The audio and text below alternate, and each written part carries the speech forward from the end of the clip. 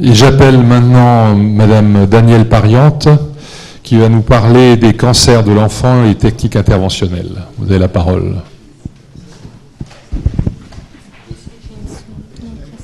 Il n'y a pas de souris? Non, sinon vous l'avez avec la flèche. Vous cliquez une fois dessus. Merci. Bien.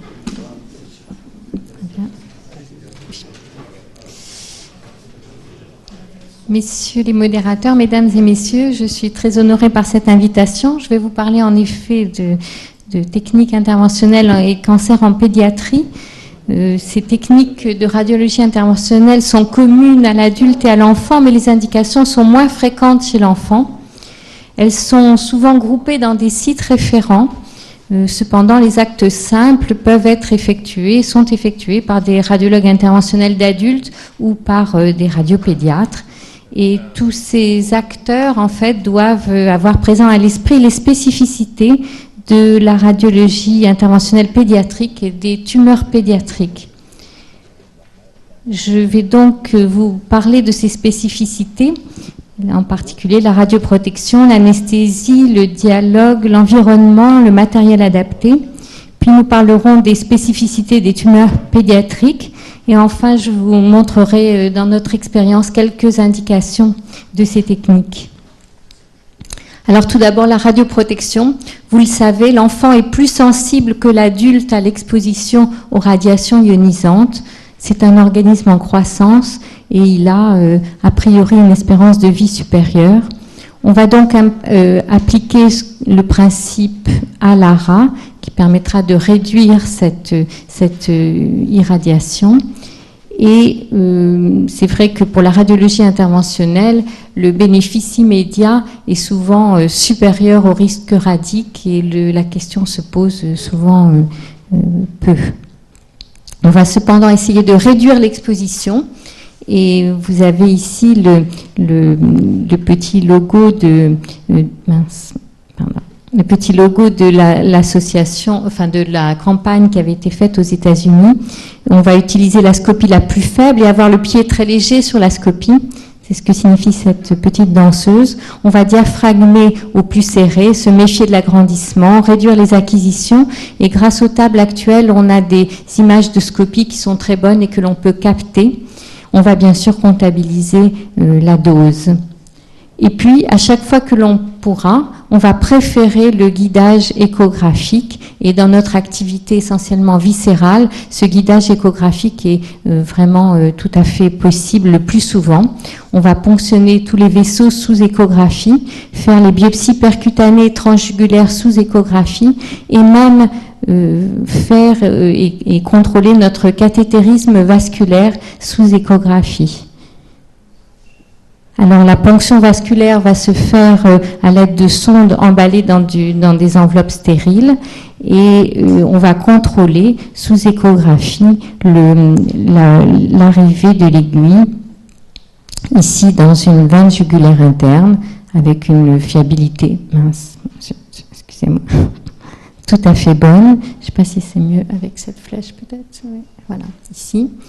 Et puis, la ponction d'une artère fémorale d'un petit bébé présentant un hémangiome hépatique que l'on veut emboliser, eh bien, cette ponction fémorale ne posera plus de problème. On pourra, en zoomant l'image au maximum, mettre son aiguille directement dedans.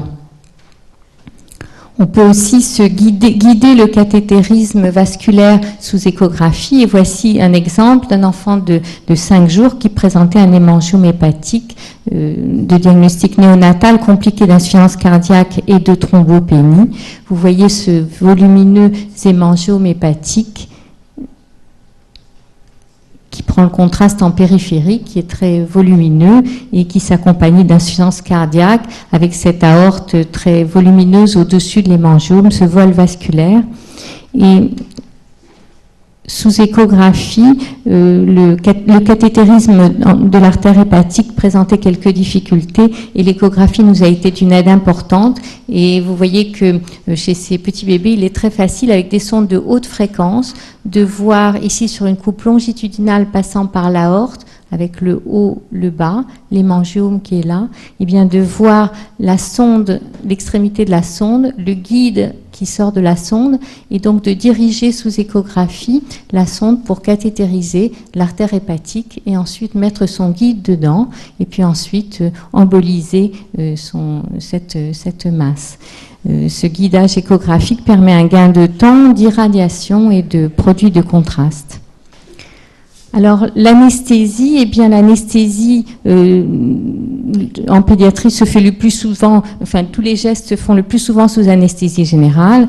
Elle doit se faire avec des anesthésistes pédiatriques ou qui vont suivre les recommandations des sociétés d'anesthésie pédiatrique. Et ce qui est très particulier aussi en pédiatrie, c'est que l'on essaiera de grouper le maximum de gestes pendant la même anesthésie, et donc se succéderont les hématologues pour faire les myélogrammes, on fera parfois des biopsies de peau pendant le geste de radiologie interventionnelle. Pour les gestes les plus simples et les plus rapides, on peut utiliser bien sûr le méopa, l'EMLA, l'anesthésie locale, la distraction très importante et l'hypnose aussi de plus en plus qui arrive dans nos salles de radiologie interventionnelle. Il sera très important de surveiller la température de ces enfants avec des matelas à air chaud pulsé. Alors la préparation et l'environnement se doit d'être rassurant. Les parents accompagneront les enfants dans les salles de radiologie interventionnelle jusqu'à l'endormissement de l'enfant. On utilisera les doudous, on utilise beaucoup les tablettes qui arrivent à distraire et à capter l'attention des enfants de façon assez incroyable. Et ils s'abstraient comme cela de la salle d'angiographie qui est souvent pas très agréable et pas très sympathique pour eux. Et puis, bien sûr, un point important est l'information aux parents et à l'enfant dès qu'il a un certain âge, avant, pendant le geste quand il est un peu long pour les parents et après. Et on préviendra bien sûr les enfants de la possibilité de drains, etc., qu'ils retrouveront après sur leur abdomen. Alors le matériel, il faut savoir qu'il existe très peu de matériel pédiatrique spécifique. Malheureusement, ce marché n'est pas rentable pour les laboratoires et on a vu notre matériel, nos sondes, les sondes auxquelles on était habitué disparaître progressivement.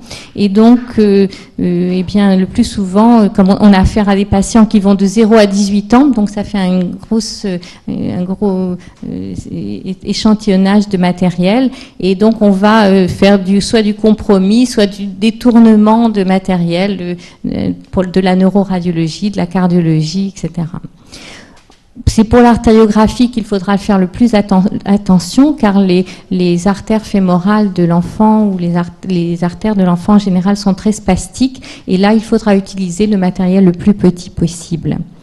On utilisera bien sûr les introducteurs à valve qui évitent le spasme, et puis l'anticoagulation qui sera non pas diluée dans le sérum, mais calculée, injectée en bolus et calculée en fonction du poids de l'enfant.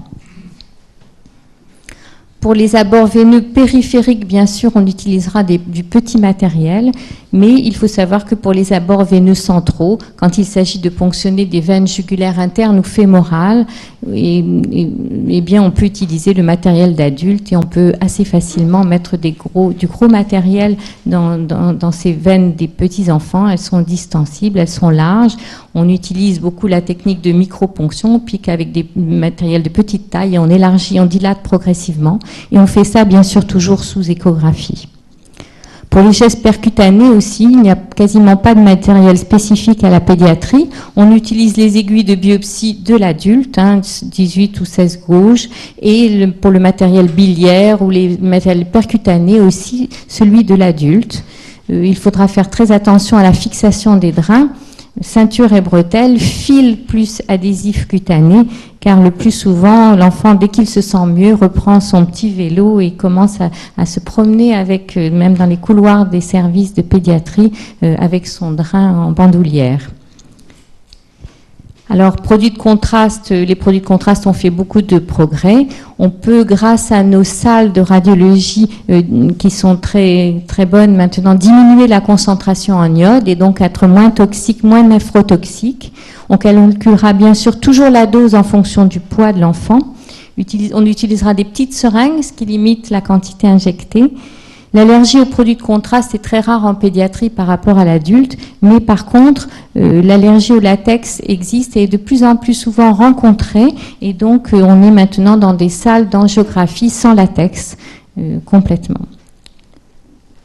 Alors, deuxième petite partie, les cancers de l'enfant, quelles sont leurs particularités? Eh bien, ils sont heureusement beaucoup plus rares que ceux de l'adulte, puisqu'ils représentent moins de 1% de tous les cancers, et il y a à peu près 1700 cas de cancers pédiatriques en France par an. Dans la fréquence, ce sont les leucémies qui sont les plus fréquentes, puis les tumeurs cérébrales, puis les lymphomes. Et les tumeurs solides sont en fait plus rares, avec beaucoup de tumeurs embryonnaires, neuroblastomes, néphroblastomes, hépatoblastomes, et sarcomes osseux et des tissus mous.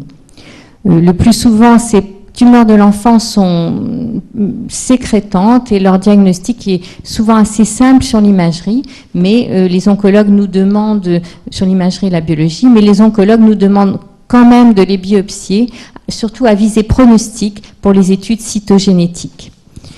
Ces tumeurs de l'enfant sont plus chimiosensibles que celles de l'adulte et la chimiothérapie se fait le plus souvent par voie générale. Alors, avant de vous présenter quelques exemples, laissez-moi juste vous présenter notre service de radiologie pédiatrique de l'hôpital Bicêtre et son environnement.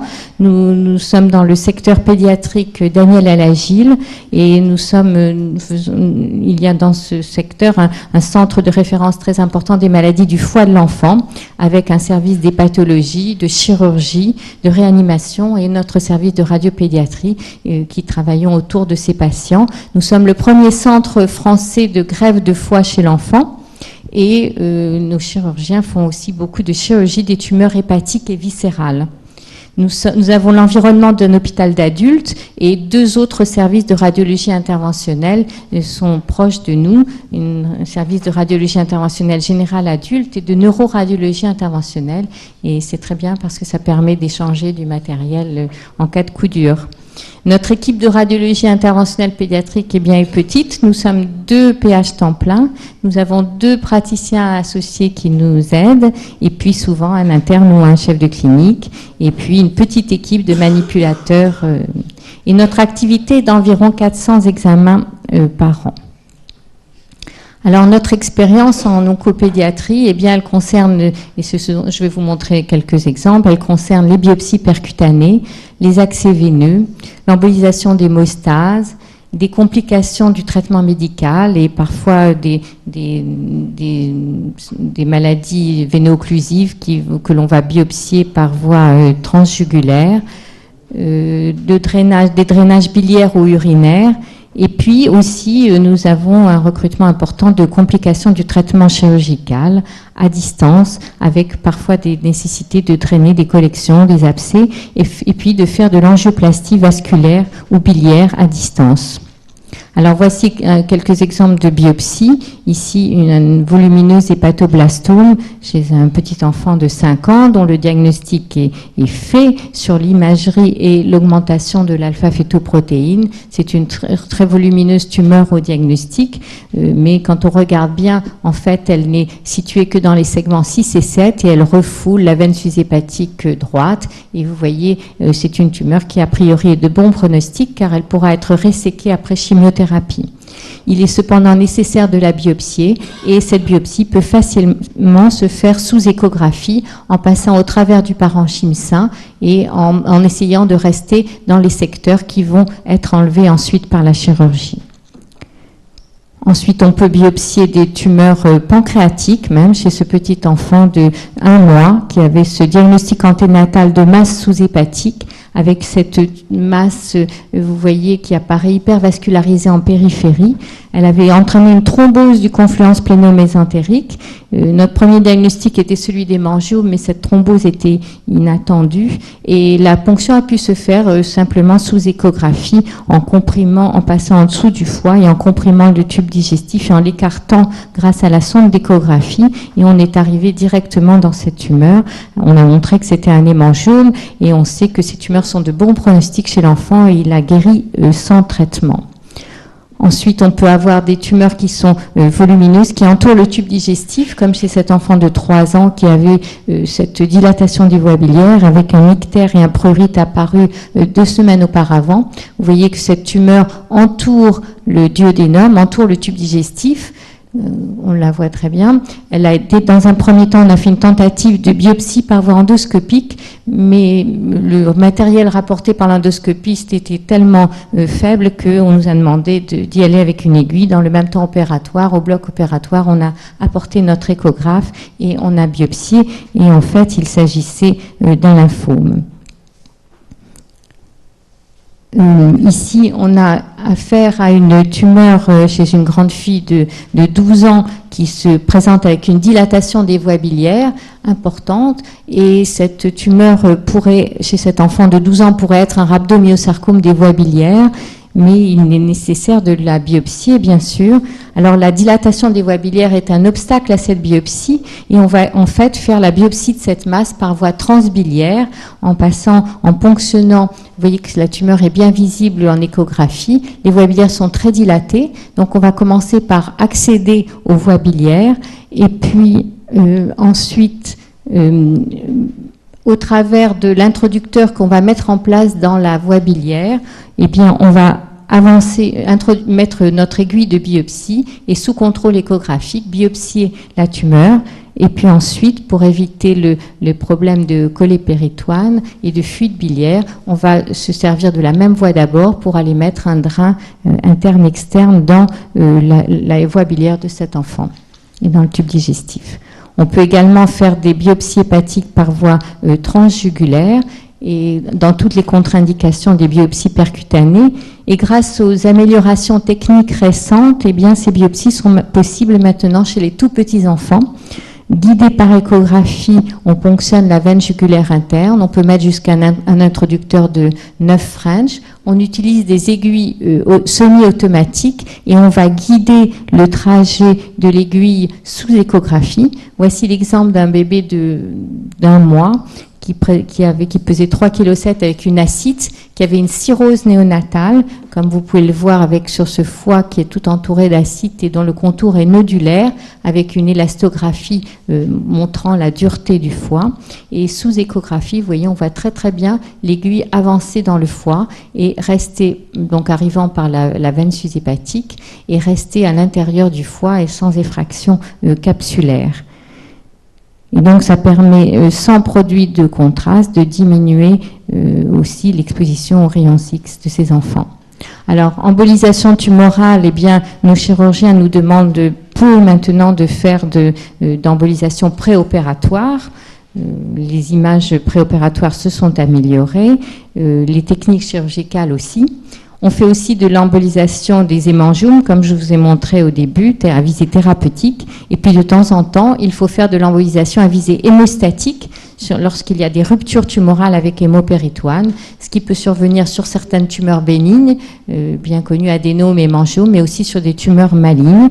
En voici un exemple. Cet enfant de 11 ans avait un hépatoblastome multifocal avec une histologie qui paraissait défavorable, et le temps que les anatomopathologistes fassent le diagnostic précis, eh bien, la tumeur a augmenté de taille et s'est rompue, comme vous pouvez le voir ici, avec un volumineux hémopéritoine, une déglobulisation. Et donc, on nous a appelé à l'aide avant de commencer la chimiothérapie, et on a pu ainsi emboliser les branches de l'artère hépatique droite, qui était la localisation principale de la tumeur, faire arrêter le saignement, et puis aussi pouvoir commencer la chimiothérapie. Et par chance, cette tumeur a très bien régressé sous chimiothérapie. Et l'enfant a pu être traité par hépatectomie droite, avec exérèse de quelques nodules péritonéaux, secondaires à la rupture, mais qui paraissaient tout nécrosés. Et actuellement, il y a une bonne évolution avec 1 an de recul. Juste un petit cas d'embolisation. J'ai encore 2 minutes, c'est bon? Oui, 2 minutes, c'est pas. Et donc, je peux vous montrer ce cas d'un enfant qui a eu un myélogramme pour une suspicion de syndrome lymphoprolifératif et qui, 2 jours après le myélogramme, présente une douleur très importante de la fesse gauche avec un gonflement. Et on met en évidence en échographie ce petit pseudo-anévrisme qui était peut-être sur le trajet de l'aiguille du myélogramme, avec cette lésion mise en évidence sur l'angioscanner. Et là, l'embolisation a pu être faite très facilement par voie percutanée, sans faire de cathétérisme de l'artère fessière, plus longue et plus compliquée. Et vous voyez qu'on a guidé l'aiguille jusque dans le petit anévrisme, on a mis une goutte de colle, on a injecté du produit de contraste pour vérifier, on a en effet bien vu cet anévrisme et on a pu le fermer de cette façon. Alors, on peut faire aussi des dilatations de sténose vasculaire iatrogène, comme chez cet enfant qui avait été opéré d'un volumineux hépatoblastome et qui, dans les suites, on avait vu apparaître un syndrome de Budd-Chiari avec une ascite majeure et une sténose d'une veine sus-hépatique. Et donc, on a pu dilater cette sténose, vous voyez, par voie jugulaire et en passant par la veine sus-hépatique, dilatée au ballon. Il y a eu une récidive et donc finalement on a mis un stent sur cette sténose et on a un recul de 5 ans qui est maintenant bien plus prolongé. Donc je vais conclure, on va conclure en disant que donc je vous ai montré ces spécificités de la radiologie interventionnelle pédiatrique en insistant sur la radioprotection. Et puis, il est très important, bien sûr, de collaborer avec les oncopédiatres, les anatomopathologistes, les anesthésistes et les chirurgiens aussi, car nos possibilités sont complémentaires et cette collaboration est tout à fait indispensable. Je vous remercie.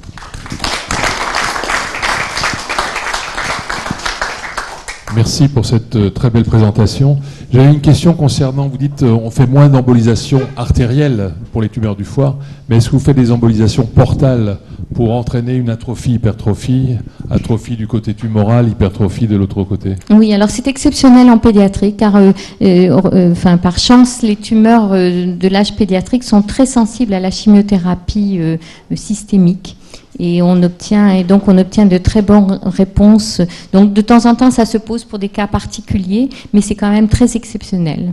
Ça ne fait pas partie actuellement des protocoles standardisés du traitement des tumeurs malignes du foie de l'enfant.